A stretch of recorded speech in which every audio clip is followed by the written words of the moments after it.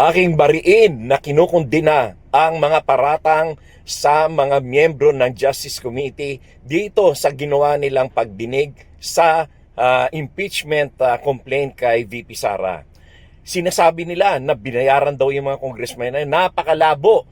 Napakaraming ebidensya, napakaraming grounds at mga documentary evidence at mga testimonies na nanggaling sa AMLC, sa COA, kay Senator Trillanes at sa mga bank records. Napakarami niyan. At kung bubuksan pa nga yung BIR, ay makikita natin doon na talagang kahit yung salin, yung mga salin ni VP Sara ay puro kasinungalingan at puro mali ang mga entries nito.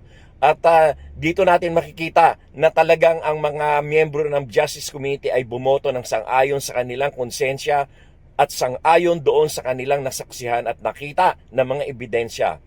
Ang talagang may bayad dyan, ang binayaran ay yung mga pilit pa rin na nagtatanggol na kahit na sa kabila ng napakatibay ng mga ebidensya, ng mga grounds, ay pilit pa rin nilang sinasabi na walang kasalanan, walang kasalanan. Ano ba mga bulag kayo? No? Hindi lang kayo bulag, mga nga pa kayo.